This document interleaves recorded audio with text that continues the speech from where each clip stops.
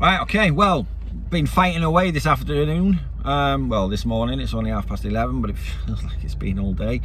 I've managed to get the issue that I had with this nut here. What basically was, there was an impeller on there that sits in that housing, the impeller, and it had a brass cylinder that the plastic or the rubber sticks to, and it got stuck. When I was actually putting a new one on there, it wouldn't quite fit in, so I give it a bit of a tap with a hammer, well, pretty good tap with a hammer, and I got it stuck. So I managed to get it off in the end. In the workshop I found in where we keep our buggies, I found a vise, so I stuck it in the vise and I've been belting away at it, and I'm absolutely dripping in sweat now. I'm fucking soaked, but I managed to get it off in the end, but it's not turning again, so this is seized up again. So I've struggled to try and get this apart. I can't get it open. What should basically happen is this should be able to come out now, and I should be able to service it, put new bearings in it, new washers in it, and it should be good to go. But I can't get it apart.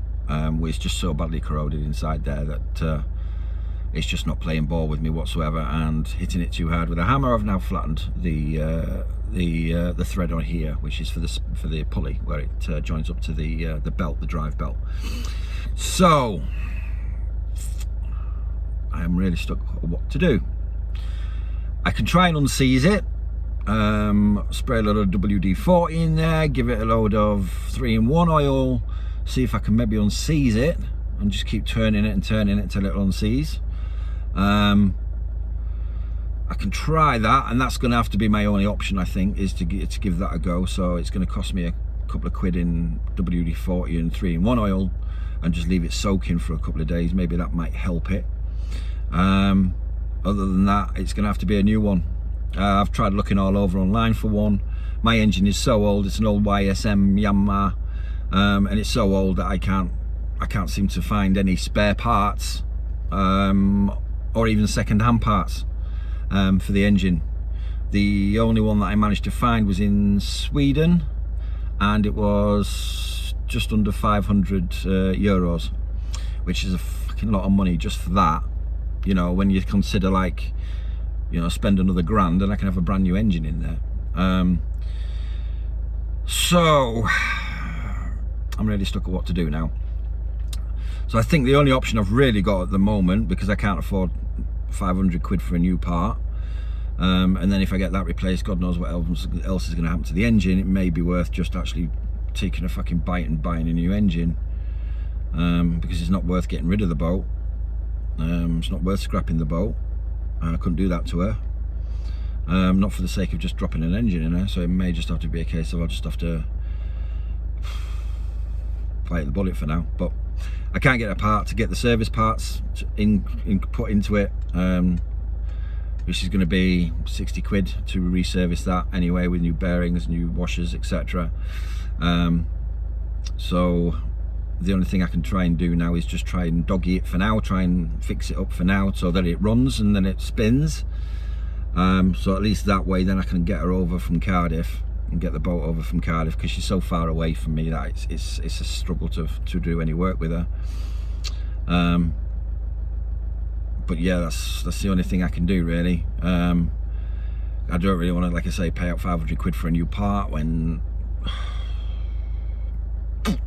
I might not have any choice, really, but we'll have to see. But if I do that, it's going to take me a while to save up for it. That's the problem, and I'm paying nearly 300 quid a month in marina fees for her to stay in Cardiff. And I really want to get her over from Cardiff now, because, like I say, she's too far away for me to actually work on her. So yeah, I'm not sure what I should do. Answers on the back of a postcard, send them to, I don't know. Yeah, so the first thing I'm going to do is going to get some WD-40, get some fucking 3-in-1 oil, give it a good spray down, give it a good soak, and see if that helps free it up a little bit.